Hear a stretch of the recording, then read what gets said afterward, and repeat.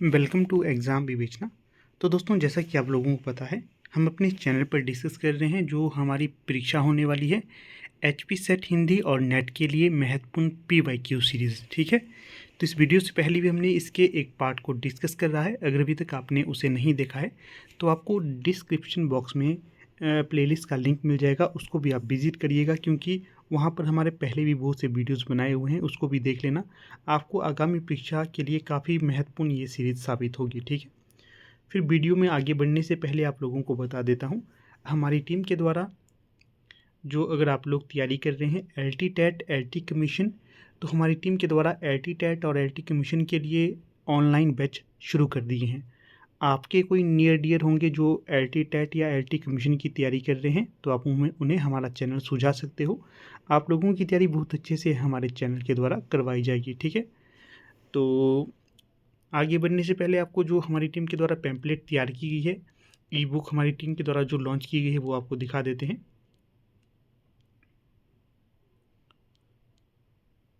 तो ये देखिए, हमारी टीम के द्वारा HP set net JRF Hindi के लिए, खासकर बात करूं एचपी सेट के लिए ई बुक लॉन्च कर दी गई। कैसी ये ई बुक है? ये आपकी प्रीवियस ईयर के क्वेश्चन पेपर की और प्रैक्टिस सेट की ई बुक है। तो सारी जानकारी यहाँ पर दी गई है। अगर आपकी कोई भी क्वेरी है तो इसको आप वीडियो को पॉज करके पढ़ सकते हो, और कोई भी क्वेरी हो तो ये हमारा व्हाट्सएप नंबर यहाँ पर दिया गया है, इस पर आप कांटेक्ट कर लेना, सारी जानकारी आपको मिल जाएगी। जो ये ई बुक है, ये यहाँ पर जितने भी परीक्षा से संबंधित परीक्षाएँ दी है, इनके लिए काफ़ी महत्वपूर्ण होने वाली है। ठीक है, इसकी फ़ीस भी बहुत ही नॉमिनल चार्जेस पे रखी गई है। क्यूआर कोड रखा गया है यहाँ पर, कोई अगर इंटरेस्टेड है तो पे कर सकता है और स्क्रीनशॉट सेंड कर देना, आपको ये ई बुक सेंड कर दी जाएगी। ठीक है, सिर्फ व्हाट्सएप ही करना आपने, व्हाट्सएप में आपको जल्दी इसका आंसर मिल जाएगा। तो चलिए, ज़्यादा समय न लेते हुए शुरू करते हैं आज के लेक्चर को। जो ये प्रश्न पत्र है, ये आपका हिमाचल प्रदेश में हाल ही में परीक्षा आयोजित हुई थी। कौन सी आयोजित हुई थी? अभी देखिए, हमारा पीजीटी का एग्ज़ाम हुआ था ना, उसका ये प्रश्न पत्र है, काफ़ी अच्छा स्तर वाला है। सेट वालों के लिए, नेट वालों के लिए यहाँ पर डायरेक्ट प्रश्न परीक्षा में पूछे जाएंगे, इसलिए आपने इनको ध्यान से देखना है। ठीक है, जो प्रश्न आते हैं उन्हें अपनी कॉपी पे नोट करना, जो नहीं आते हैं उनको नोट करना है, जो आते हैं उन्हें चाहे आप स्किप कर देना। तो चलिए देख लेते हैं आज के लेक्चर को। तो पहला प्रश्न पूछा यह है यहाँ, नई समीक्षा ने अपनी समीक्षा के केंद्र में रखा। तो बताइएगा, जो नई समीक्षा थी इसने अपने केंद्र में किसे रखा था? तो जो नई समीक्षा थी इसने अपने केंद्र में रखा था कृति को। किसको रखा था? कृति को। विकल्प बी यहाँ पर सही होगा, कृति को इसने अपने केंद्र में रखा था। अगला प्रश्न देखिएगा, अगले प्रश्न में पूछा यह है 2 में, रस चर्चा के अंतर्गत 9वां रस है। रस चर्चा के अंतर्गत 9वां रस कौन सा है? फिर देखिए, आगे बढ़ने से पहले ये भी बता देता हूँ, अगर आप लोग हमारी टीम के साथ जुड़े हुए थे या फिर जो हमारे जुड़े हुए मेंबर्स इस वीडियो को देख रहे हैं, आपको बता देता हूँ, जो ये जितने भी प्रश्न थे, अधिकतर प्रश्न देखिए हमने जो आप लोगों ने कोर्स ज्वाइन किया था वहीं से पूछे गए थे। ठीक है, थोड़े घुमा फिरा कर पूछे थे, परंतु पूछे वहीं से गए थे। अगर आप अब अच्छे से देख रहे होंगे क्वेश्चन का, अगर आपने एनालाइज किया होगा तो आपको पता चला होगा कि क्वेश्चन मुश्किल नहीं थे, घुमा फिरा कर पूछे थे। तो देखिए कितना मुश्किल था ये क्वेश्चन। आप बता सकते हैं कि रस चर्चा के अंतर्गत 9वां रस है। तो रस चर्चा के अंतर्गत जो 9वां रस है ये शांत रस है। कौन सा? शांत रस। विकल्प सी यहाँ पर सही होगा। इसी के साथ देखिए, आपको बता देता हूँ, जो हमारा जब ये एग्ज़ाम हुआ था पीजीटी का, तो सबसे पहले हमारी टीम के द्वारा ही आपको आंसर की बनाकर दी गई थी। क्यों? क्योंकि हमने तैयारी की थी, तो काफ़ी सारे क्वेश्चन हमने आपको पहले ही बता दिए थे कि इसका ये सही होगा। ठीक है, हमारे बाद ही बाकी जितने भी यूट्यूब चैनल पे इसकी वीडियोस बनाई गई थी आंसर की। फिर अगला प्रश्न देखिएगा,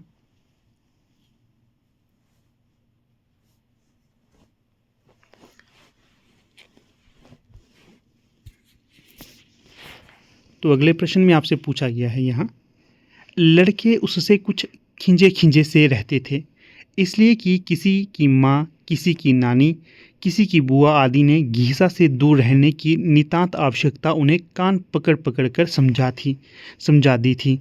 इसे इस समझाने में प्रमुख संकेत है। किसका संकेत था इसमें? तो जो घीसा था हमें लगा हुआ वहाँ पर रेखा चित्र, तो उससे ये लिया गया है। पूछा जा सकता है आपको एचपी सेट की परीक्षा में कि घीसा किसकी रचना है, तो ये महादेवी वर्मा की है। तो तीसरे का जो सही विकल्प होगा तो वो हो जाएगा विकल्प डी। क्या था विकल्प डी में? पिता की मृत्यु के 1 वर्ष बाद घीसा के पैदा होने के अपवाद का यहाँ पर वर्णन किया गया था। क्यों? क्योंकि पिता की मृत्यु तो 1 वर्ष पहले ही हो गई थी, तो फिर घीसा कैसा पैदा हो गया, ये अपवाद यहाँ पर था। अगला प्रश्न 4, दशरथ मांझी के जीवन पर आधारित उपन्यास कौन सा है? जो दशरथ मांझी हैं इनके जीवन पर आधारित उपन्यास कौन सा था? तो इनके जीवन पर आधारित उपन्यास था पहाड़। अगर आप लोगों ने मांझी मूवी देखी होती तो उससे आप ये आइडिया लगा लेते कि जो दशरथ मांझी है ये किस प्रकार से पहाड़ को काट कर एक सड़क बना देता है। ठीक। अगला प्रश्न देखिए 5, किस विकल्प में दिए गए सभी कविता संग्रह केदारनाथ सिंह के हैं? तो जो हमारे केदारनाथ सिंह हैं उनके बारे में पूछा गया है कि किस विकल्प में उनके कविता संग्रह सुमेलित होते हैं। तो 5वें में जो सही विकल्प होगा तो वो हो जाएगा आपका विकल्प सी।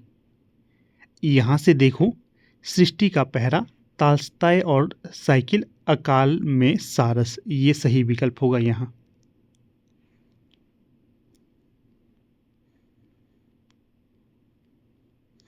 पीडीएफ इत्यादि के लिए आप हमारे टेलीग्राम ग्रुप और जो हमारा व्हाट्सएप चैनल है उन्हें ज्वाइन कर सकते हैं, वहाँ पर आपको पीडीएफ मिल जाएंगी।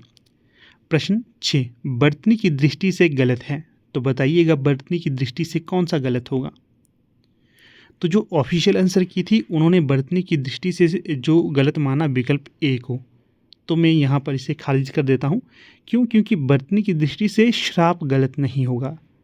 देखिए यहाँ पर ये भी स्पष्ट कर देता हूँ, शाप भी सही होता है और श्राप भी सही होता है। इन्होंने यहाँ पर ये नहीं बताया कि किस भाषा के अंतर्गत, तत्सम तद्भव देशित, किस आधार पर इन्होंने इसे गलत किया है। तो इसलिए ये प्रश्न था क्लेम करने वाला, जिसने भी इस पर क्लेम किया होता तो उसको इसका फ़ायदा होना था। ठीक है, तो क्लेमिंग वाला ये प्रश्न था, इसलिए इसका जो सही विकल्प होना था कोई भी नहीं, क्योंकि यहाँ पर सारे ही सही थे। अगर आप बात करते हैं जैसे कि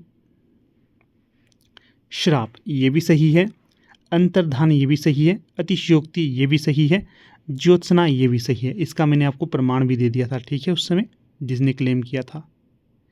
अगला प्रश्न है 7, रामचरितमानस के उत्तरकांड में तुलसी के अनुसार रामचंद्र के राज में जीतो शब्द सुनाई देता है, केवल किस लिए ये शब्द सुनाई देता है?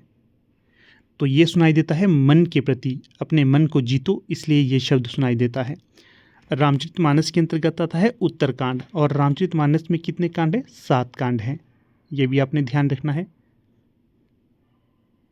अगला प्रश्न है 8, लुंजाइनस की मान्यताओं के संदर्भ में असंगत कथन है। लुंजाइनस, इनकी जो रचना है वो आपसे पूछता हूँ, रचना का नाम बताइएगा, क्या है इनकी रचना का नाम? लुंजाइनस की रचना का नाम पाश्चात्य काव्यशास्त्र के अंतर्गत महत्वपूर्ण योगदान है इनका।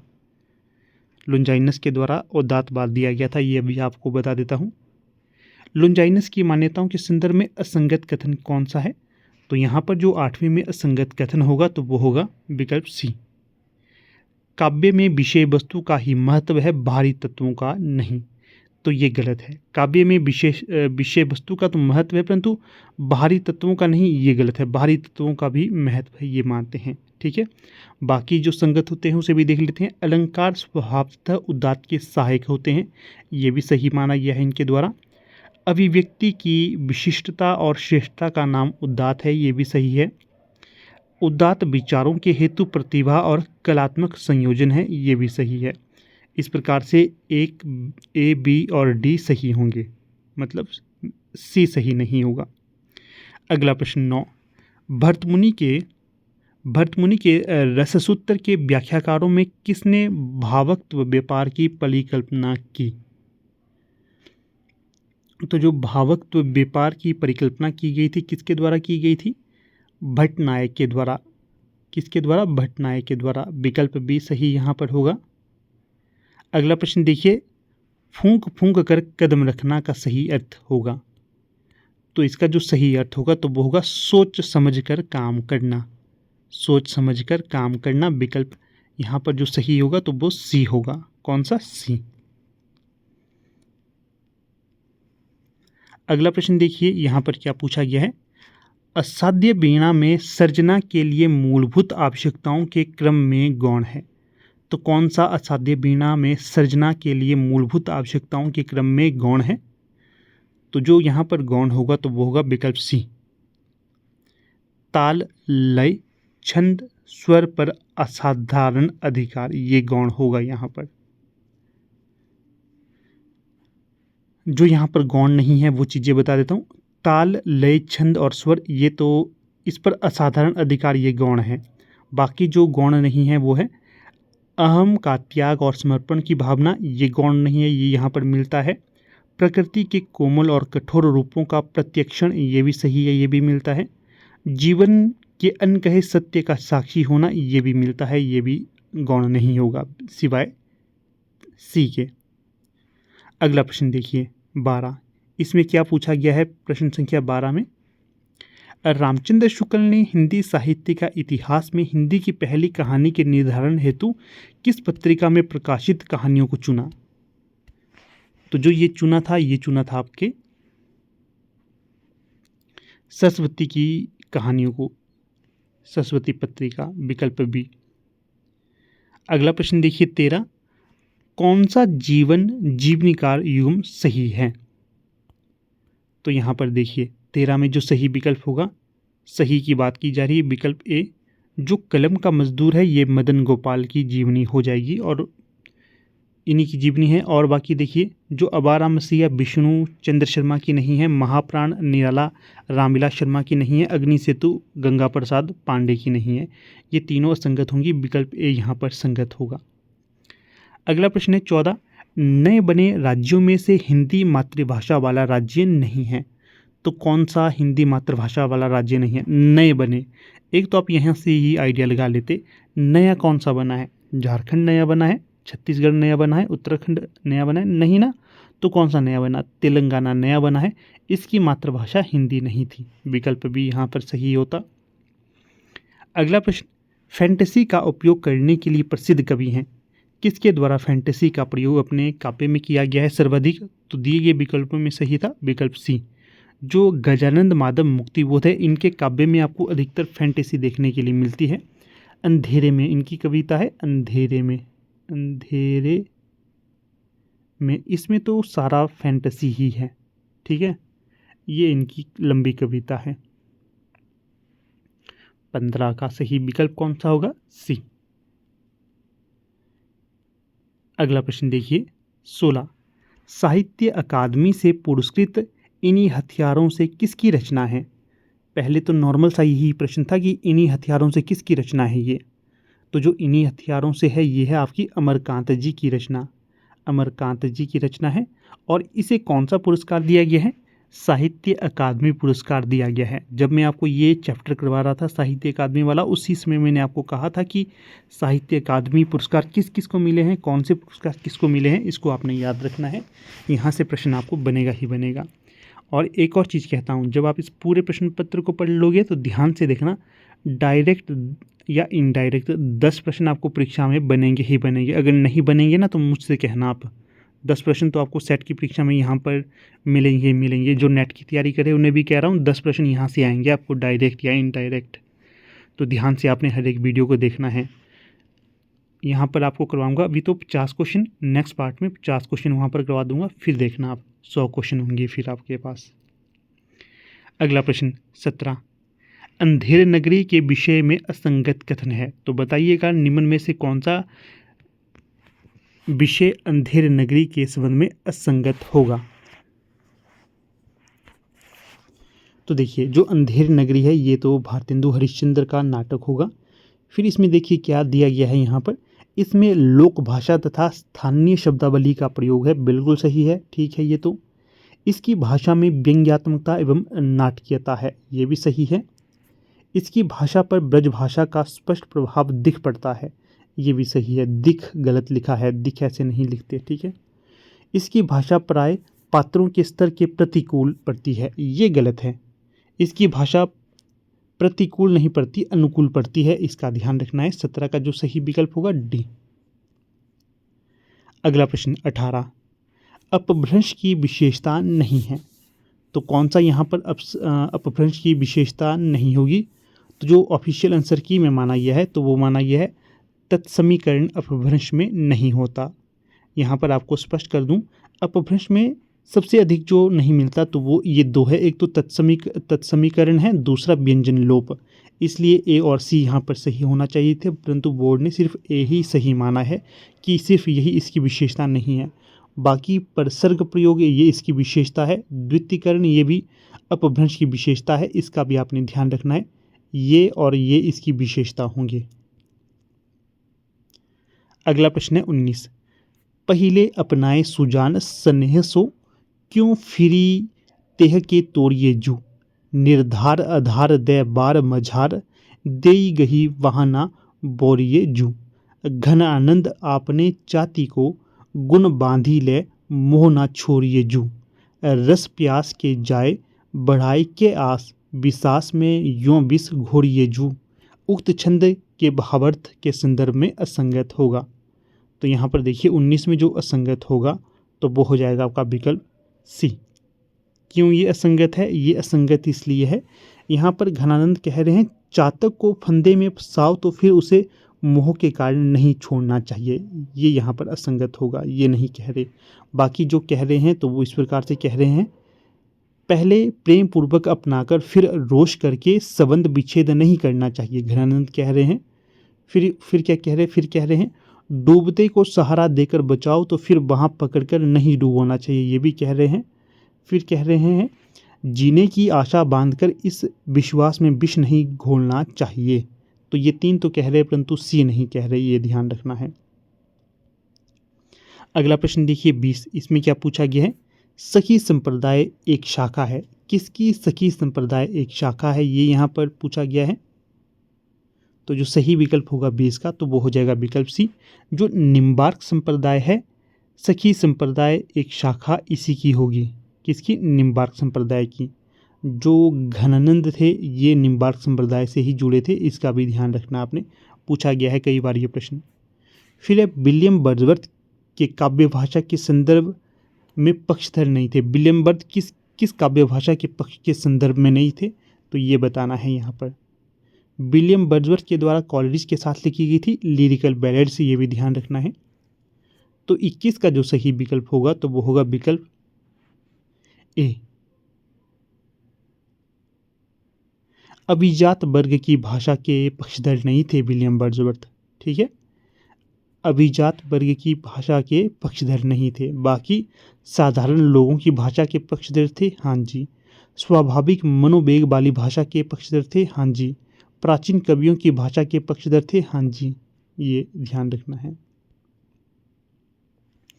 अगला प्रश्न देखिए 22, इसमें क्या पूछा गया है 22 में?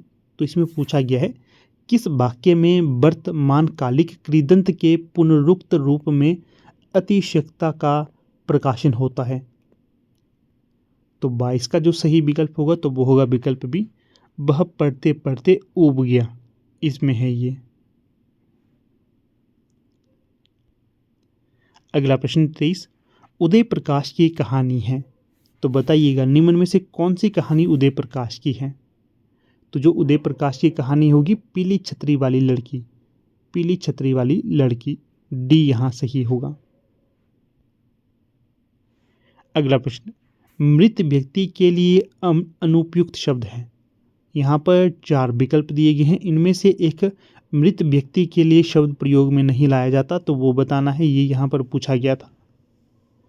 तो देखिए 24 में जो सही होगा तो वो होगा आपका कीर्तिशेष मृत व्यक्ति के लिए कहा जाता है। दिवंगत ये भी कहा जाता है, धराशाही ये भी कहा जाता है, परंतु जो पूर्ण प्रज्ञ है ये नहीं कहा जाता मृत व्यक्ति के लिए, तो सी यहाँ पर सही हो जाएगा। फिर है अगला प्रश्न 25। अंधा युग में अपने अस्तित्व के अर्थ को क्रमशः खोने वाला निरपेक्ष सत्य का प्रतीक पात्र है। निरपेक्ष सत्य के का प्रतीक पात्र कौन सा है? 25 में सही बताना है। तो 25 में जो सही विकल्प होगा संजय। जो संजय है यह अंधा युग में अपने अस्तित्व के अर्थ को क्रमशः खोने वाला निरपेक्ष सत्य का प्रतीक पात्र है। वृद्धयाचक, संजय, युत्सु, कृष्ण, ये सारे के सारे आपके अंधा युग के पात्र होंगे। अंधा युग धर्मवीर भारती का प्रसिद्ध नाटक है। 26।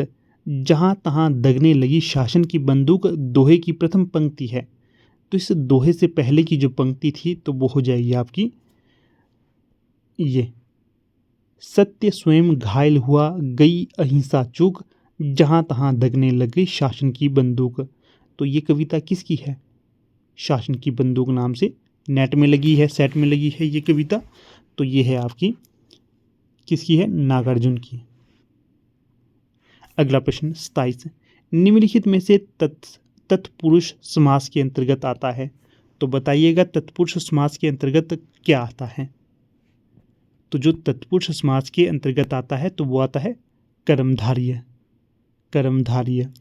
अव्ययी भाव, द्वंद्व, बहुप्रिय ये तो नहीं आते हैं तत्पुरुष समास के अंतर्गत। जो कर्मधारय है और द्विगु है ये दोनों आते हैं तत्पुरुष समास के अंतर्गत। ये भी ध्यान रखना है 27 का। अगला प्रश्न 28। वापसी कहानी में रिटायर होकर उत्साह से घर वापस आए गजाधर बाबू चीनी मिल में नौकरी करने चले जाते हैं। क्यों चले जाते हैं चीनी मिल में फिर से नौकरी करने? इसलिए जाते हैं क्योंकि वे अनुभव करते हैं, गजाधर बाबू अनुभव करते हैं कि उनका अस्तित्व घर के वातावरण का हिस्सा नहीं बन सका, इसलिए। फिर है अगला प्रश्न 29। इसमें पूछा गया है, हेरी मानंद को गुमानी महारे मनड़े बसियो, गहे द्रुम डार कदम की ठाड़ो, मृदु मुस्काए महारी और हंसियो, पीताम्बर कट काछनी काछे, रतन जटिल माथे मुकुट कसियो, मीरा के प्रभु गिरधर नागर, निरख बदन महारो मन्नड़ो फंसियो। उपयुक्त पद की व्याख्या के समय ये कहना गलत है कि इसमें से कौन सा गलत होगा दिए गए विकल्प में से। तो यहाँ पर जो असंगत हो जाएगा, गलत होगा, तो वो है उपमा का चमत्कार यहाँ पर नहीं है, ये यहाँ पर गलत होगा। बाकी सही होंगे विकल्प यहाँ पर। अगला प्रश्न देखिए 30। श्रोता को आश्वस्त और प्रभावित करने के साथ साथ आत्म शक्ति और आत्म परितोष की व्यंजना किस वाक्य में है? तो 30 में जो सही विकल्प होगा तो वो होगा, मैं खड़े खड़े तुम्हारा काम कर दूंगा। ये यहाँ पर व्यंजनात्मक वाक्य है, विकल्प ए। अगला प्रश्न देखिए 31। ईदगाह कहानी में चित्रित वैषम्य की दृष्टि से असंगत युग्म है। ईदगाह कहानी में चित्रित वैषम्य की दृष्टि से असंगत युग्म कौन सा है? तो 31 में जो असंगत होगा तो वो होगा विकल्प कौन सा? बोर्ड के द्वारा तो माना गया है विकल्प बी। विकल्प बी माना गया है बोर्ड के द्वारा, परंतु मैं इसकी प्रामाणिकता सिद्ध नहीं करता। मैं किसकी करता हूँ? विकल्प सी की। विकल्प सी यहाँ पर सही होना चाहिए। क्यों होना चाहिए सही? देखिए, जब आप ईदगाह कहानी पढ़ते हैं तो वहाँ पर आपको क्या क्या मिलता है? ग्रामीण जीवन, शहरी जीवन मिलता है, बिल्कुल मिलता है। नई पीढ़ी और पुरानी पीढ़ी मिलती है। हाँ जी मिलती है। कैसे? जो नई पीढ़ी में तो आपके पास है हामिद। कौन है? हामिद है। और पुरानी पीढ़ी में कौन? पुरानी पीढ़ी में है अमीना। तो इस कारण ये भी यहाँ पर स्पष्ट हो जाता है, ठीक है। परंतु भारतीय संस्कृति और पाश्चात्य संस्कृति ना के बराबर ही मिलती है। कहीं कहीं पर मिलती है परंतु ना के बराबर मिलती है। तो सी यहाँ पर सही विकल्प होगा। धार्मिक व्यवस्था और सामाजिक व्यवस्था भी देखने के लिए मिलती है। इस प्रकार से ए, बी, डी सही है, परंतु सी यहाँ पर गलत होगा।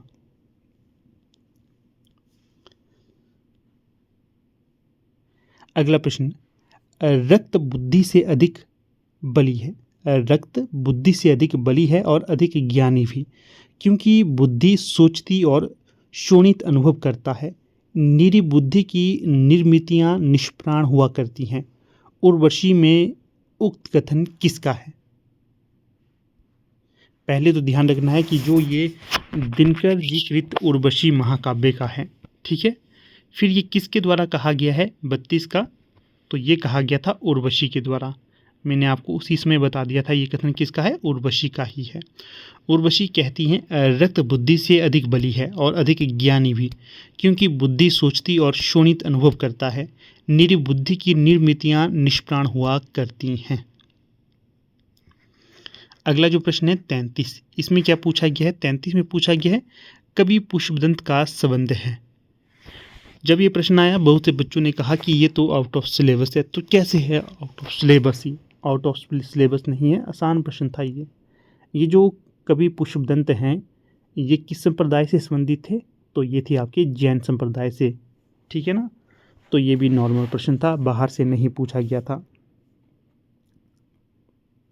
यहाँ पर बी सही विकल्प होगा। अगला प्रश्न 34, सौंदर्योपासक उपन्यास के लेखक हैं। पहले तो ध्यान रखिए सौंदर्योपासक ये उपन्यास विधा की रचना है। किसकी ये रचना होगी? ब्रजनंदन सहाय की ये रचना है। किसकी? ब्रजनंदन सहाय की। विकल्प डी यहाँ पर सही विकल्प होगा। अगला प्रश्न, संरचनावाद की आधारशिला रखी। किसने संरचनावाद की आधारशिला रखी ये यहाँ पर बताना है। तो जो 35 का सही विकल्प होगा, फर्दिनांद द सस्यूर के द्वारा संरचनावाद की स्थापना या आधारशिला रखी गई थी। फिर है अगला प्रश्न 36, आइए रिचर्ड्स के अनुसार काव्य का उद्देश्य है।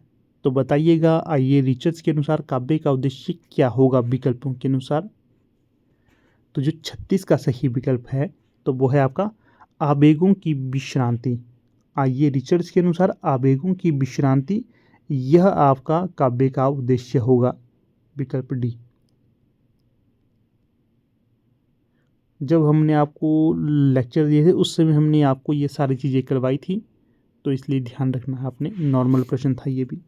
मैं राजभवनों से डरती हूँ क्योंकि उनके लोभ से मनुष्य आजीवन मानसिक कारावास भोगता है।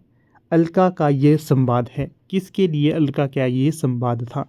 पहले तो ध्यान रखिएगा ये जो चंद्रगुप्त महाकाव्य था उससे ये संवाद लिया गया है। तो जो 37 में सही विकल्प होगा तो ये पर्वतेश्वर के प्रति व्यंग्य के तौर पर कहा गया था अलका के द्वारा। पर्वतेश्वर को पोरस भी कहा जाता है, ये भी आपने ध्यान रखना है। प्रश्न है 38, मल्लिका के भीतर की टूटन के लिए खुद को जिम्मेदार मानने की स्पष्ट अभिव्यक्ति करने वाला पात्र कौन सा है? तो जो यहाँ पर सही विकल्प बोर्ड के द्वारा माना गया है तो ये निक्षेप को माना है। किसे? निक्षेप को। विकल्प डी। अगला प्रश्न है 39, कामायनी में श्रद्धा को देखने पर मनु को वह लगती है। कामायनी में श्रद्धा को देखने पर मनु को वो क्या लगती है? तो 39 में जो सही विकल्प होगा तो वो होगा घन तिमिर में चपला की रेख। घन तिमिर में चपला की रेख ये लगती है।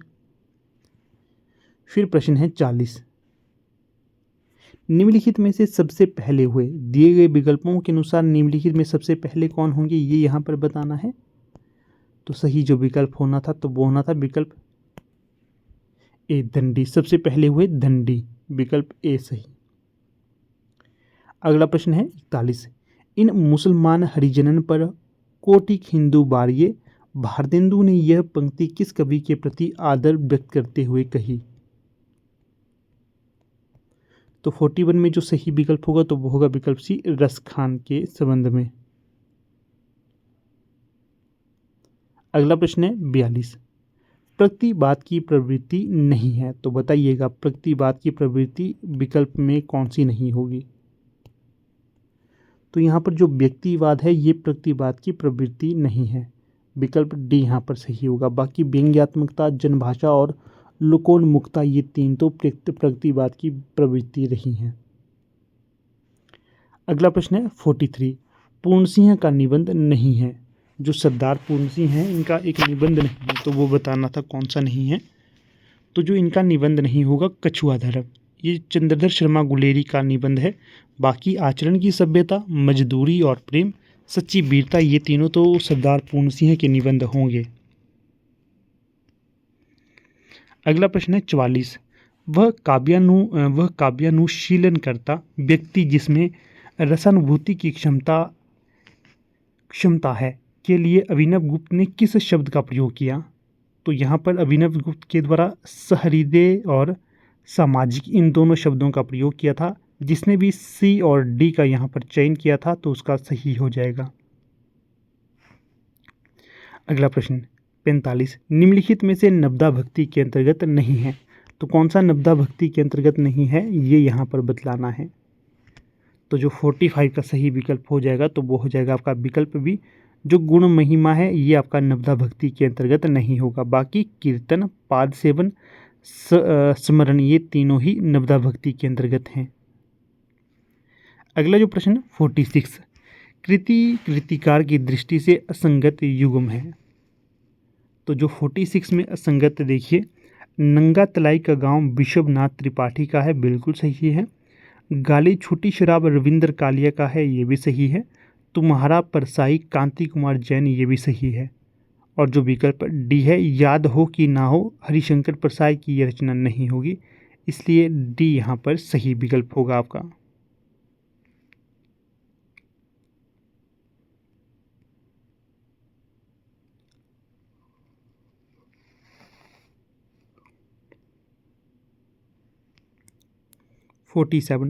विमर्शों के केंद्र में आग्रह है। किसका आग्रह है विमर्शों के केंद्र में? तो 47 का सही विकल्प होगा स्वानुभूति का। किसका? स्वानुभूति का। विकल्प ये ए यहाँ पर सही माना गया है। अगला प्रश्न देखिए 48। प्राकृत और उनके केंद्र का कौन सा युग्म सही है?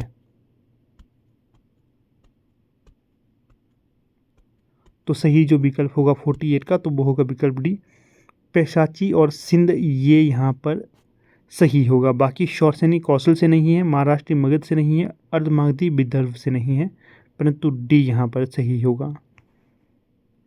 अगला प्रश्न देखिए 49। रस सिंगार मंजनू किए कंजनू भंजनू दैन, अंजनू रंजनू हूँ के बिना खंजनू गंजनू नैन। उपयुक्त दोहे में नेत्रों के संदर्भ में खंजन पक्षी का उल्लेख है। तो यहाँ पर जो सही विकल्प होगा 49 का तो वो हो जाएगा आपका विकल्प सी, नेत्रों के वर्ण और चंचलता को व्यक्त करने के लिए। अगला प्रश्न देखिए यहाँ पर 50। भारतेंदु हरिश्चंद्र के काव्य की विशेषता नहीं है। तो जो 50 में सही विकल्प होगा खड़ी बोली का काव्योचित परिष्कार, ये भारतेंदु हरिश्चंद्र के काव्य की विशेषता नहीं है। बाकी देशभक्ति और राजभक्ति का योग है, ये सही है। नए नए विषयों की ओर उन्मुखता, ये भी है। परंपरागत भाषा एवं छंदों का प्रयोग, ये भी है।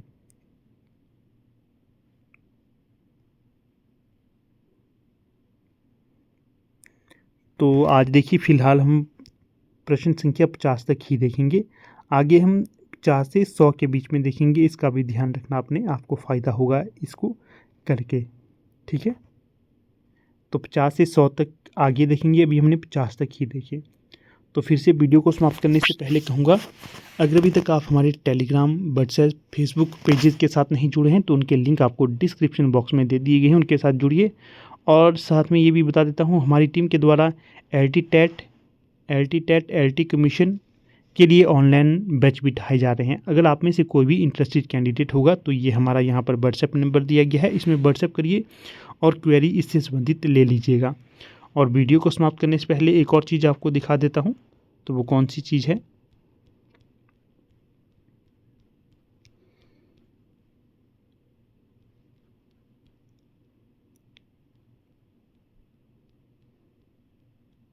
देखिएगा, जैसे कि आपको लोगों को बताया गया है, हमारी टीम के द्वारा जो HP set net JRF Hindi है, इसके लिए ई बुक लॉन्च की गई है PBQ पर आधारित।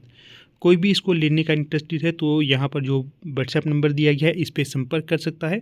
और स्क्रीनशॉट को जो यहाँ पर नंबर दिया गया है व्हाट्सएप का, इसी पे स्क्रीनशॉट को सेंड कर देना। QR कोड भी यहाँ पर दिया गया है, तो वीडियो को पॉज करके आप इसकी सारी डिटेल को पढ़ सकते हो, ठीक है। तो चलिए कुछ इस प्रकार से आज का ये वीडियो था हमारा। इससे आगे के वीडियो को हम नेक्स्ट वीडियो में देख लेंगे, ठीक है। जितने भी प्रश्न बचे हुए हैं नेक्स्ट वीडियो में करवा दूंगा। तब तक के लिए धन्यवाद। चैनल को लाइक शेयर सब्सक्राइब अवश्य करें।